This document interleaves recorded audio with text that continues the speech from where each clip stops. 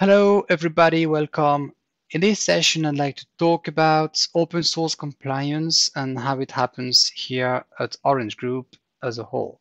So I'll be talking about the processes we have and the tools we use here at Orange. Okay, but first, why sharing? What's the point of sharing that? Um, open source compliance is a fairly new and complex topic, and companies are getting organized to address the problems. And how do you tackle new problems best? Probably by internal trial and errors, but also by observing and sharing other companies' trial and errors.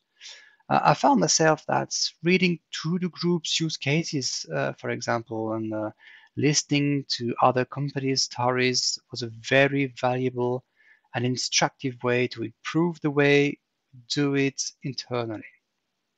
So I thought sharing this might be valuable to others. Okay, the menu is quite simple, some processes, some tooling, and a quick conclusion. Okay, so first, the processes.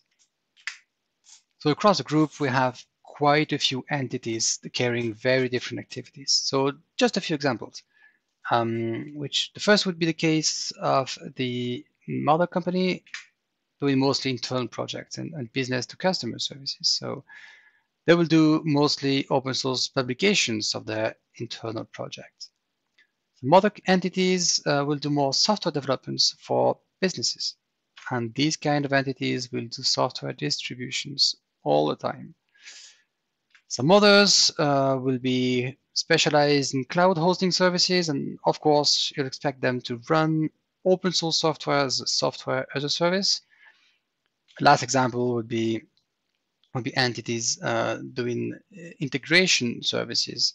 So these entities, they will be deploying open source software on customers' premises. And in all cases, they might be confronted to a contribution to existing open source projects of all sizes, from tiny ones to huge projects.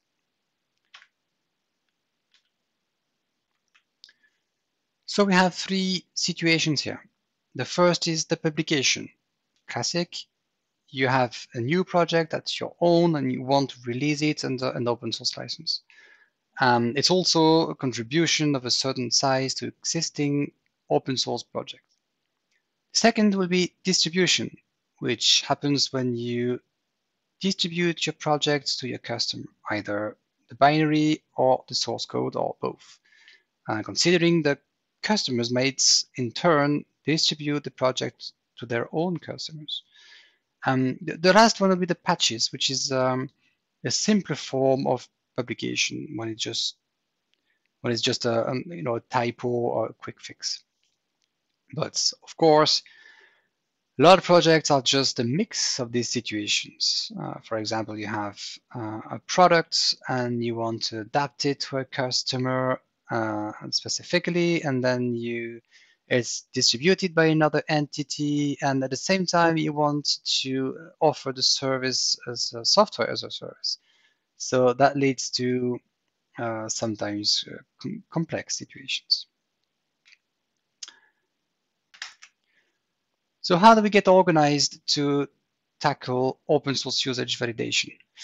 We have a network of open source referents across the group that are missioned to follow the analysis from the start to the end.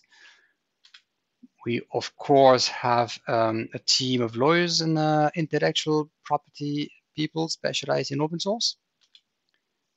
And we also have a team dedicated to conducting scans of the source codes for the project if needed. Okay, so what's the process? The starting point is the project requesting an audit, right? This request is assigned to an open source reference.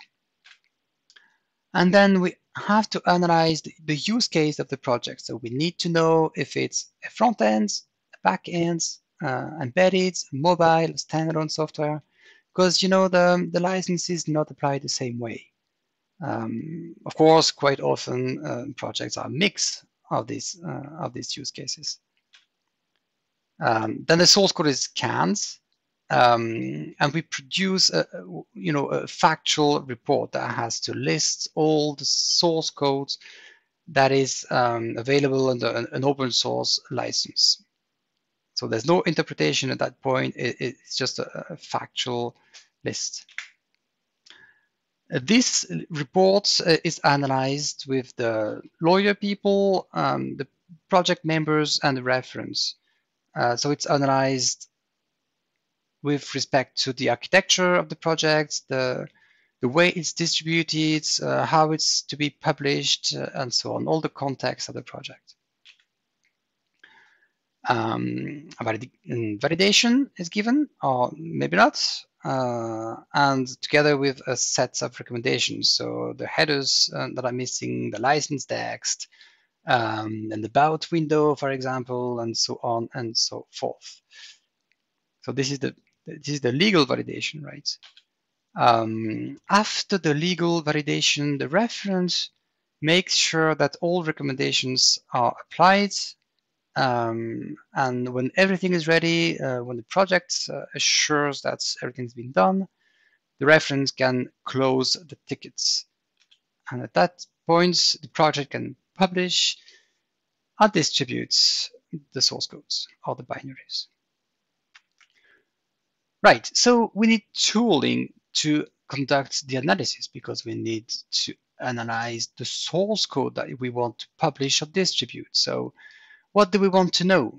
For each project, we need to have a list of the open source components that are integrated in the source codes, as well as their dependencies. Okay, for each of these components, we need the name, the version, its license, the copyrights that apply, a reference URL, and in some cases, has the component been modified by the project. Okay, when it gets a bit more complex, we also need to know about the architecture of the project, if third-party companies are involved, for example, what kind of contracts have been signed, are there any specificities, and so on. For publications, we need to ensure that CLA or DCO have to be signed and make sure it's done properly.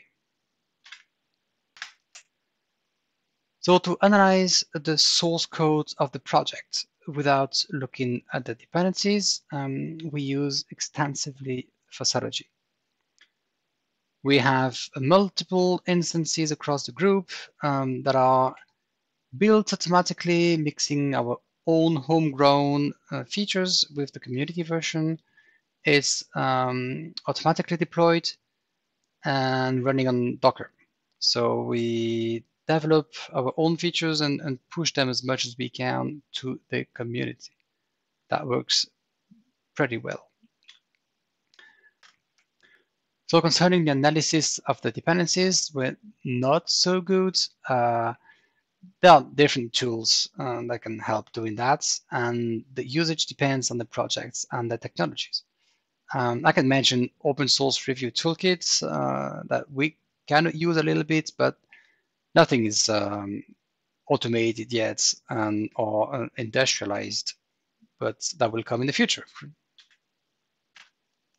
Just a few more words about the integration of the tools to say that we plugged Fossology into GitLab CI and Jenkins, so we can now trigger the scans automatically when the projects are built. We're also working on a new feature that would let the projects know that they pushed an open source license source code to their projects so that they can be alerted according to the use cases I was talking about before. For example, the list of authorized licenses will be different for the projects that are more front-end software, back-end software, embedded software, etc., etc. We also work on KPIs, so we are setting up this new Grafana-based dashboards that collects metrics produced directly by Fossology. So here we track the number of projects, we track the number of users, of groups, of file scans, the number of different licenses, and etc. This project is called FossDash, and I guess since this is pre-recorded by the time the conference is happening, that will be available on GitHub. Okay, time for conclusion. So what can I say? You know, it works globally. We can scan and audit the projects and verify the usage of open source. So happy, but there's lots of room for improvements, of course. What can I say? So far, we have a strong working process, dedicated reference that are able to handle the analysis from start to end. We have integrated and constantly improving tooling. Also dedicated lawyers and IP specialists that carry on the analysis. And we have a dedicated team to scanning using physiology and soon other tools. But of course, we need much more. We need to improve the analysis of dependencies in the project to make this very much more automatic. And we need, like most other companies, to improve an analysis of containers and when we deploy and when we distribute, for example, Docker images. That's a very trending and complex topic. Generally, we need more integration. For example, we need to integrate the tools to the ticketing system we use. We need much better KPIs, not only for facility, but more globally around compliance and open source. On this topic, we're looking closely to use Bitergia's dashboards, awesome open source projects. And we also need cooperation more than ever. So participating to the open source compliance tooling group, which is where the future of compliance tooling is happening, really. And also worth mentioning the OW2 Good Governance Initiative, which is just starting, but hopefully will help setting up good practices and good tooling too around open source compliance. Okay, that's the end. As a final slide, I wanted to share just a few references of what I've been talking about in this session. So the tooling group, Facility, ORT, and Bitergia's products to build dashboards, which is all open source. Thank you, everyone. Thanks for listening to this mumbling.